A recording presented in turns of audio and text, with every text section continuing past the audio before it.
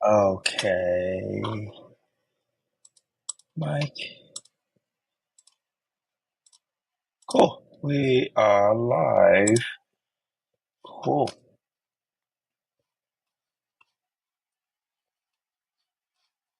All right. We are today analyzing a deal in Cleveland just to show you guys that we can do this, apply the same process anywhere in the state. So I just randomly found a house in Cleveland. I think that's the one I clicked on in Zillow. So let's take a look at it, analyze this deal, and see if this house is good for long-term rental or section A, if this makes sense. So this home, this is for 160, just round up for 160, 4 bedroom, 2 bath, 1,600 square foot. Um, the outside, well, the picture needs some works, but it looked fine. Let's look at the picture. Inside, so there's carpet. One thing I don't like for any long-term rental is I don't like carpet.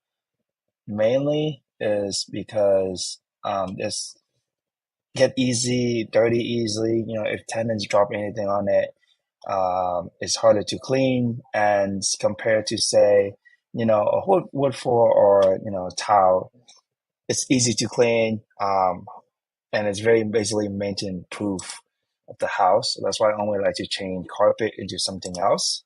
Wood floor that looked good. Actually, the kitchen looked really nice. Everything looked really nice. Uh, yeah, I mean, I think the kitchen was remodeled. I can see recessed lighting, while the bedroom is not. Um, Good bathroom remodel, so that's really nice. Basically a turnkey. This is almost a turnkey. Uh, oh, with the attic too. That's nice. So this is almost another bedroom. Um, so detached garage. It looked good. Cool. All right. Take a look at, go back to listing. So first thing I usually look at is the locations. See if, how's the location neighborhood. First thing I usually do is do street view. Um, let's look at street view and see what's the neighborhood look like. Ah, neighborhood look actually really nice.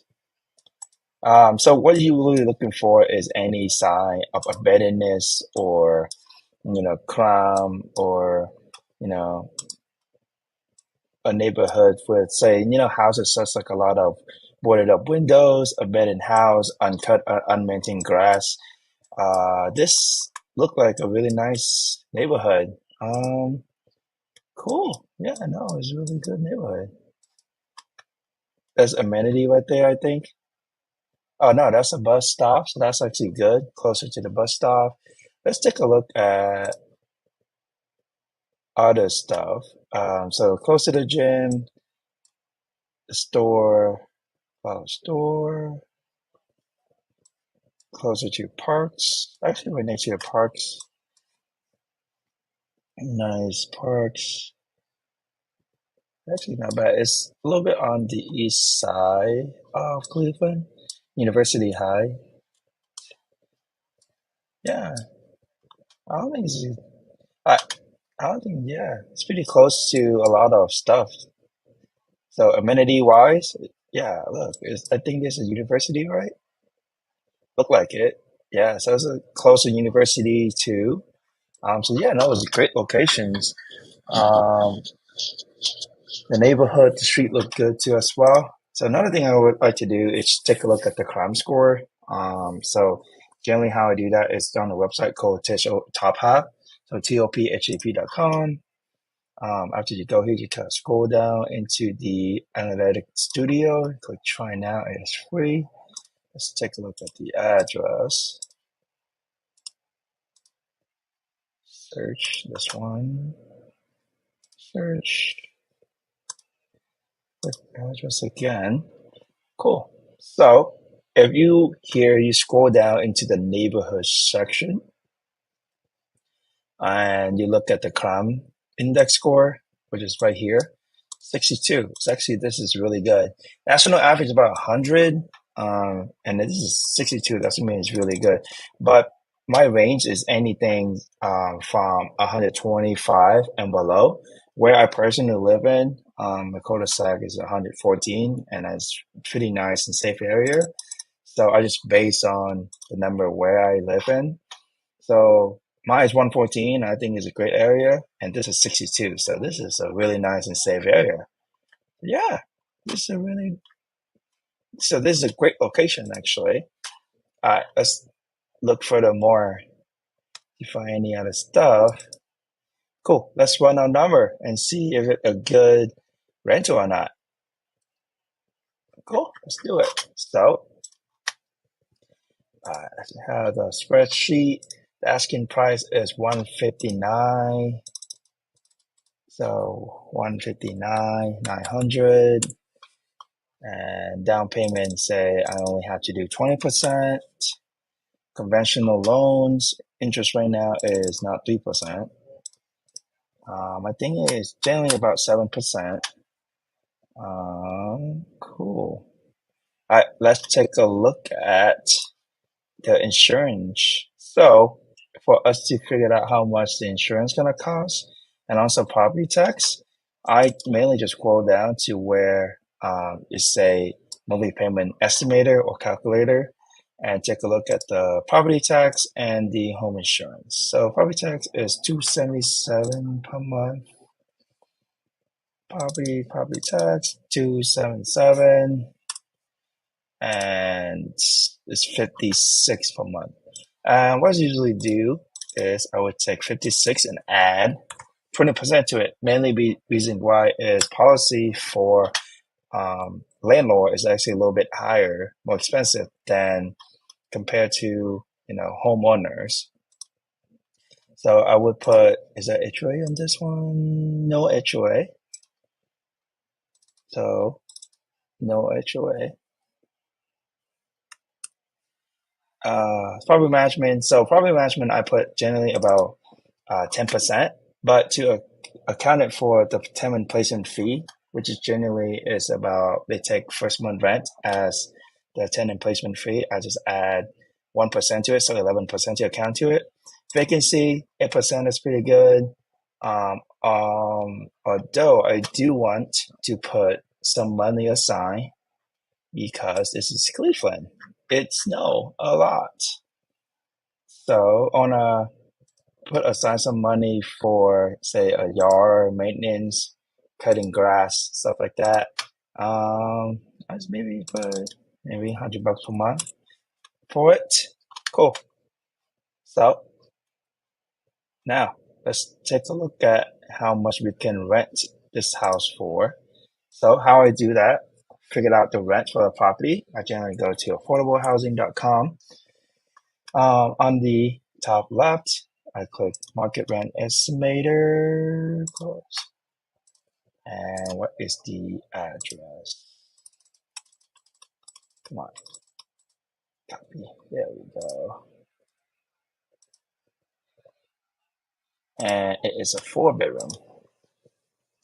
Let's see how much you can get these rent for. 1,400, 25 unit, and half of my rent. Actually, that's a lot. Let's go down. I like to write that down. So this is a 4-bedroom. So and half 0.56, that is 1,400. 1441, I believe, right? Yep, 1441. Cool.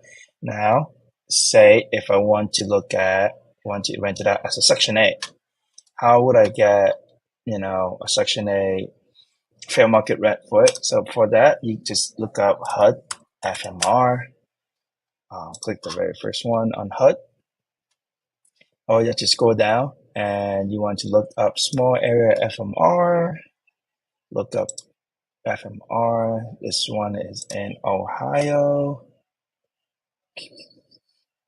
LMNO. There you go. County. Let's look for the county. Let's see, what county is this? Cuyahoga County. Uh, Cuyahoga County, next screen. And this is, what's the zip code? 44118. 44118.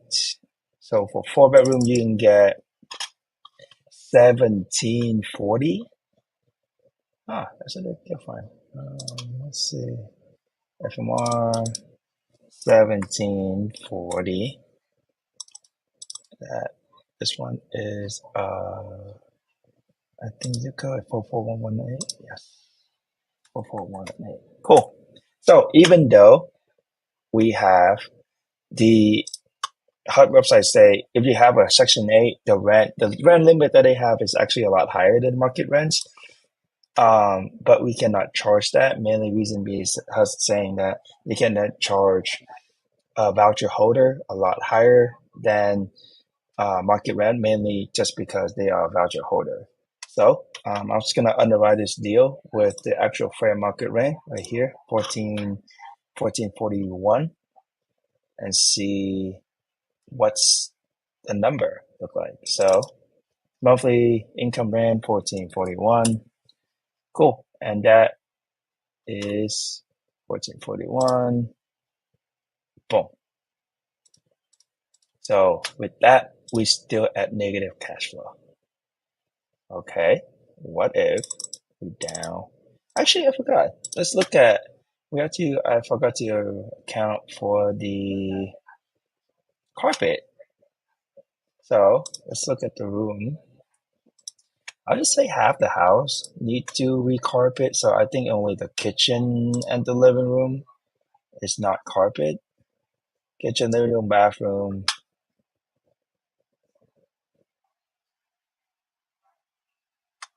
Yeah. So I'll say probably 75% of the house. So 16.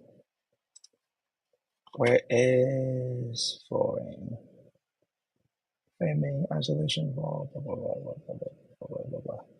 Painting carpet right here. You go to 16, 1, 75% of it.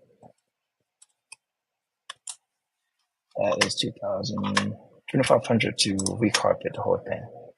So if we would do this deal, putting about $5,000 for, changing carpet, maybe repainting the house a little bit, um, to start to basically put it up to rent condition, and would rent say at the market rent for 1441 taking out with the property tax and a month insurance with this is our reserve, money reserve with say 8% for vacancy, 11% for property manager. This is actually snow removal. Let's just put that, or yard care.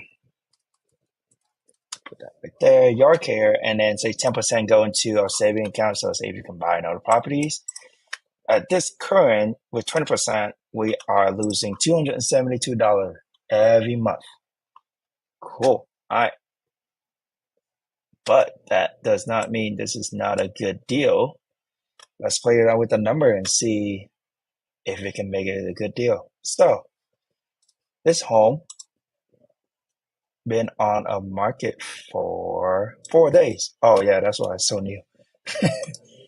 What if we can get it for, instead of 150, I don't know, 140? We're still losing $166. And what if that the case, we down payment 50%? Now we are actually making $113 every month for that, which is not bad. Actually, 1%, that's kind of bad. What if, say, the rate went down to 6? What happened then? We are actually making a little bit more money on it. So, if I would be me, I think this deal actually still make money for some investor. For me, I think I have about 8% return, 8 to 10% return minimum.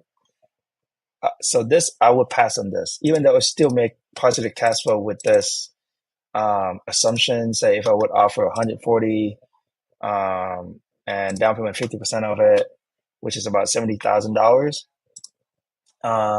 which would make about 2.5% cash and cash return. Um, Even though it does make money for some people, it is not enough for me. So personally, I would pass on this deal. It would be a no deal for me. But yeah, this is how I run the number on all my eventual properties. So, take a look at the property, take a look at, how the property, how it's conditioned and how much work it needs. I generally don't like carpets. Change it to something real nice.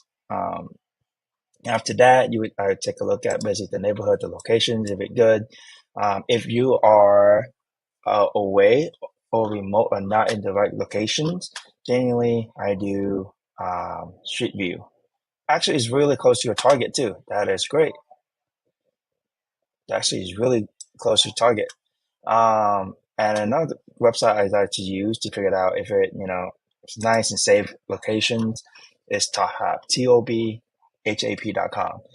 You can enter the address, go all the way down to the neighborhood section, and look at the crime index score that they have. 100 national average, 62 is extremely, extremely good. That's how I kind of use to determine if the location is worth investing in.